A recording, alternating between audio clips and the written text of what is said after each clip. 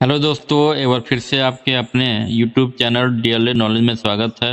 हम इस वीडियो में डीएलएड तृतीय सेमेस्टर से समावेशी शिक्षा से 50 इम्पोर्टेंट क्वेश्चन लेकर आए हुए हैं, जो बहुत ही इम्पोर्टेंट हैं। चलिए चलते हैं पहले क्वेश्चन की तरफ। हमारा पहला क्वेश्चन है कि परामर्श का उद्देश्य आत्मा परिचय या आत्मबोध है, यह कथन है, किसका है? तो इसका जो सही जवाब हो जाएगा वो हो जाएगा ऑप्शन नंबर अ, क्योंकि इसका जो कथन, ये जो कथन बोले थे वो रूथ स्ट्रंग ने बोला था, इसलिए ऑप्शन नंबर ए सही हो जाएगा। आगे बढ़ते हैं। अगला जो हमारा क्वेश्चन है स्वास्थ्य निर्देशन संबंधित है। स्वास्थ्य निर्देशन संबंधित क्या है? इसका जो सही जवाब हो जाएगा ऑप्शन नंबर अ, स्वास्थ्य सुरक्षा हो जाएगा सही जवाब। आगे बढ़ते हैं कि बी एन दास के अनुसार वंचित बालकों का लक्षण नहीं है, तो उत्कृष्ट शैक्षिक उपलब्धि ऑप्शन नंबर और इसका सही जवाब हो जाएगा। ठीक है, आगे बढ़ते हैं। बाल अपराधी बालकों के उपचार की विधि है, कौन सी विधि है? तो मनोविश्लेषणात्मक विधि है, मनोवैज्ञानिक विधि है, परिवीक्षण विधि है, तो इसलिए ये सभी सही हो जाएंगे, इसलिए ऑप्शन नंबर 2 इसका सही जवाब हो जाएगा। ठीक है, आगे बढ़ते हैं कि विशिष्ट वर्ग के बालक नहीं होते हैं, इसका जो सही जवाब हो जाएगा ऑप्शन नंबर 100 सामान्य बालक। मनोविश्लेषण विधि के जनक थे, किनको माना जाता है? तो इसका जो सही जवाब हो जाएगा ऑप्शन नंबर 100 फ्रायड को माना जाता है। आगे बढ़ते हैं कि टर्मन के अनुसार सामान्य बुद्धि बालकों की बुद्धि लब्धि कितनी होती है? जो सामान्य बुद्धि वाले होते हैं, जिसका जो सही जवाब हो जाएगा वो 90 से 110 होता है, आईक्यू लेवल होता है, ऑप्शन नंबर 2 सही हो जाएगा। आगे बढ़ते हैं। सामूहिक परीक्षण होता है, सामूहिक परीक्षण क्या होता है? तो ये जो होता है वह शाब्दिक और आंशिक दोनों हो सकता है, इसलिए ऑप्शन नंबर 100 इसका सही जवाब हो जाएगा। मनोविज्ञान शाला उत्तर प्रदेश में स्थित है। उत्तर प्रदेश में कहाँ स्थित है ये बताना आपको। मनोविज्ञान शाला कहाँ पे स्थित है? तो ऑप्शन नंबर 100 इसका सही जवाब हो जाएगा इलाहाबाद में। आगे बढ़ते हैं कि श्रवण बाधित के प्रकार गंभीर बाधित बच्चों की बाधिता प्रतिशत कितनी है? तो ऑप्शन नंबर ओ इसका सही जवाब हो जाएगा 70 से 89%। आगे बढ़ते हैं। श्रवण बाधित के प्रकार पूर्ण बाधित बच्चों की बाधिता प्रतिशत कितनी है? तो ऑप्शन नंबर ओ सही जवाब हो जाएगा 90%। आगे बढ़ते हैं। उत्तर प्रदेश बेसिक शिक्षा अधिनियम अस्तित्व में कब आया? तो इसका जो सही जवाब हो जाएगा वो ऑप्शन नंबर ओ हो जाएगा, सन 1972 ईस्वी में आया, इसका सही जवाब हो जाएगा 1972। आगे बढ़ते हैं कि मनोविज्ञान शाला की स्थापना किसके द्वारा की गई? इसका जो सही जवाब हो जाएगा वो ऑप्शन नंबर ओ हो जाएगा, आचार्य नरेंद्र देव समिति द्वारा इसकी स्थापना की गई थी। आगे बढ़ते हैं कि निम्न में से कौन सी अक्षमता केवल जन्मजात होती है? तो मंद बुद्धि, ऑप्शन नंबर 2 इसका सही जवाब हो जाएगा। मंद बुद्धि जो अक्षमता होता है वह केवल जन्मजात होता है। अगला जो हमारा क्वेश्चन है कि मंद अधिगम करता जिनकी शैक्षिक उपलब्धि सामान्य योग्यता से कम रह जाती है कहे जाते हैं? तो पिछड़े कहे जाते हैं, पिछड़े ऑप्शन नंबर और सही जवाब हो जाएगा इसका। अगला जो प्रश्न हमारा कि साइजोइक वर्ग में कौन से बालक आते हैं? तो ये प्रतिभाशाली बालकों का वर्ग होता है, एक समूह होता है, जिसमें प्रतिभाशाली ऑप्शन नंबर 2 हो जाएगा सही जवाब। आगे बढ़ते हैं कि मानसिक स्वास्थ्य के नियमों को खोजना और उन्हें बनाए रखना अध्ययन का केंद्र बिंदु है, यह कथन किसका? तो ऑप्शन नंबर 100 हो जाएगा, ड्रेवर का हो जाएगा। आगे बढ़ते हैं। किस प्रकार के बच्चों की शिक्षा हेतु सांकेतिक भाषा का प्रयोग किया जाता है? तो सांकेतिक भाषा के बच्चों के लिए मतलब मुख्य बधिर होता है, ठीक है, मुख्य बधिर जो बोल नहीं सकते हैं, ऐसे बालकों के लिए यह शिक्षा सांकेतिक भाषा का प्रयोग किया जाता है। आगे बढ़ते हैं। शिक्षा अधिकार अधिनियम 2009 लागू नहीं होता, किस पे लागू नहीं? तो 14 से 18 वर्ष के, क्योंकि ये जो शिक्षा है 6 से 14 पे लागू होता है, लेकिन 14 के बाद ये शिक्षा की नहीं लागू होता है, इसलिए ऑप्शन नंबर 100 इसका सही जवाब हो जाएगा। आगे बढ़ते हैं। आप अनपढ़ माता पिता के बच्चों को अंग्रेजी सिखाना चाहते हैं तो किस तरह सिखाएंगे? इसका जो सही जवाब हो जाएगा, अपने आप उसे मातृभाषा की सहायता से अंग्रेजी सिखाने का प्रयास करेंगे। ऑप्शन नंबर 2 सही हो जाएगा।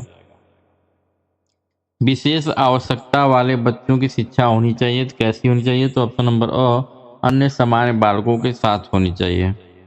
अगला जो प्रश्न है, आंशिक रूप से दृष्टिबाधित बच्चों की दृष्टि एक्यूटी होती है तो कितनी होती है? इसका जो सही जवाब हो जाएगा 20/70 फीट होता है। ठीक है, तो इसलिए ऑप्शन नंबर सही हो जाएगा इसका सही जवाब। आगे बढ़ते हैं। किसका कथन है वाणी मुखर भाषा के ध्वनि की क्रमबद्ध एवं व्यवहारिक अभिव्यक्ति है? तो ऑप्शन नंबर लाहन एवं काफमैन ने कहा था ये कथन। आगे बढ़ते हैं कि किसका कथन है बच्चे जिनको संप्रेषण में समस्या होती है और उनका स्तर या वाणी अन्य बच्चों से भिन्न प्रकार की होती है, वह स्वयं भी सजग होते हैं कि अपनी बातें कहने में असमर्थ है, उसकी वाणी मधुर नहीं होती है। तो ये कथन किसका है? तो ये जो कथन हो जाएगा वो कथन हो जाएगा हमारे राइपर का हो जाएगा। राइपर का इन्होंने कहा था और ये हो जाएगा ऑप्शन नंबर सही जवाब हो जाएगा इसका। ठीक है, आगे बढ़ते हैं। अपवंचित वर्ग के बच्चों को कितने श्रेणियों में बांटा गया है? तो इस तरह के श्रेणी जो है वो 4 हैं, इसलिए ऑप्शन नंबर सही जवाब हो जाएगा। किसका कथन है समस्यात्मक बच्चे वे बच्चे जिनके व्यवहार तथा व्यक्तित्व इस सीमा तक असमान होते हैं कि वे घर विद्यालय तथा समाज में समस्याओं के जनक बन जाते हैं? तो ये जो कथन है वह हो जाएगा वेलेंटाइन का ये कथन था। ऑप्शन नंबर सही जवाब हो जाएगा। आगे बढ़ते हैं कि प्रतिभाशाली बच्चों की बुद्धि लब्धि कितनी होती है? तो जाहिर है कि उनका आईक्यू लेवल अधिक होगा, तो कम से कम 140 से अधिक होता है। ये प्रतिभाशाली बच्चे होते हैं, इसलिए ऑप्शन नंबर सही हो जाएगा।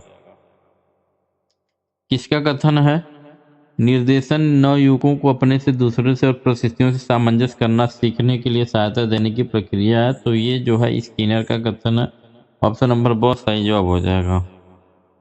आंशिक शारीरिक रूप से अक्षम बच्चों को कितने वर्ग में विभाजित किया जा सकता है? तो इसका जो सही जवाब हो जाएगा ऑप्शन नंबर हो जाएगा 4 वर्गों में विभाजित किया जा सकता है।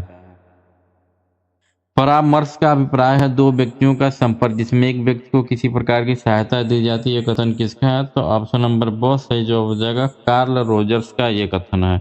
आगे बढ़ते हैं कि परामर्श में व्यक्ति को समस्या समाधान हेतु सहायता दी जाती है। तो ऑप्शन नंबर 100 वार्तालाप के माध्यम से सहायता दी जाती है। सामान्य बच्चे कितने आईक्यू लेवल के होते हैं? तो इसका जो सही जवाब हो जाएगा ऑप्शन नंबर 100 90 से 110 के बीच में होते हैं। ठीक है, आगे बढ़ते हैं कि किसने विशिष्ट आवश्यकता वाले बच्चों को दुर्लभ गुणों वाला बच्चा बताया है? तो ऑप्शन नंबर हो जाएगा हेविट ने बताया है। विद्यालय में हास्य अवरोध की समस्या को रोकने की प्रमुख रूप से सहायक क्या होती है? तो निर्देशन एवं परामर्श। ऑप्शन नंबर 2 सही हो जाएगा। निर्देशन एवं परामर्श द्वारा बताया जा सकता है, क्या बताया जा सकता है? तो क्या करने योग्य क्या न करने योग्य के बारे में अच्छे से बताया जा सकता है, इसलिए ऑप्शन नंबर 100 सही जवाब हो जाएगा। पूर्ण अथवा गहन श्रवण बाधित बच्चों को सुनने का डेसिबल स्तर कितना होता है? इसका जो सही जवाब हो जाएगा वो 90 से 100 डेसिबल तक आसानी से सुन सकते हैं। ये उनकी सुनने का डेसिबल स्तर होता है। ऑप्शन नंबर 2 सही जवाब हो जाएगा। आगे बढ़ते हैं कि आंशिक दृष्टिबाधित वाले बच्चे पढ़ सकते हैं, क्या पढ़ सकते हैं? तो उत्तर लेंस की सहायता से आसानी से पढ़ सकते हैं, इसलिए ऑप्शन नंबर सही हो जाएगा। श्रवण दोष से ग्रसित बच्चों में दोष हो सकता है, तो ये तीनों दोष हो सकते हैं, वो कान से बाहर, कान के अंदर और कान के मध्य, ये तीनों, इसलिए ऑप्शन नंबर 2 सही जवाब हो जाएगा। आगे बढ़ते हैं कि निम्नलिखित में कौन अस्थिबाधित बच्चों की विशेषता नहीं है? तो ऑप्शन नंबर हकलाना हो जाएगा। ठीक है, क्योंकि इसमें हड्डी से कोई मतलब नहीं है। आगे बढ़ते हैं कि सामाजिक एवं सांस्कृतिक विकास का सिद्धांत संबंधित है, तो ऑप्शन नंबर व्योगास्की से संबंधित है। आगे बढ़ते हैं इंद्रियां जनित गामक अवस्था का संबंध किस मनोविज्ञान से है? तो ऑप्शन नंबर जीन पियाजे से हो जाएगा इसका सही जवाब। आगे बढ़ते हैं वस्तु अस्थायित्व तो बालकों में जब पाया जाता है तो वस्तुओं को आसानी से खोज लेते हैं, किस मनोविज्ञान से इसका संबंध है? तो ऑप्शन नंबर जीन पियाजे से। किसका कथन है वंशानुक्रम माता पिता से संतानों को प्राप्त होने वाले गुण हैं? ये जो कथन है रुथ वेंटिक्ट का है, तो ऑप्शन नंबर ओ इसका सही जवाब हो जाएगा। आगे बढ़ते हैं कि किसने कहा कि सामाजिक संबंधों में परिपक्वता ग्रहण करना सामाजिक विकास कहलाता है? तो ऑप्शन नंबर ब सही जवाब हो जाएगा। हॉरलॉक ने कहा था। निम्नलिखित में कौन विशिष्ट अधिगम विकलांगता है? तो ऑप्शन नंबर ब इसका सही जवाब हो जाएगा। डिसलेक्सिया हो जाएगा सही जवाब। सामाजिक सांस्कृतिक विकास के सिद्धांत के जनक कौन है? तो ऑप्शन नंबर अ व्योगास्की हो जाएंगे सही जवाब इसके।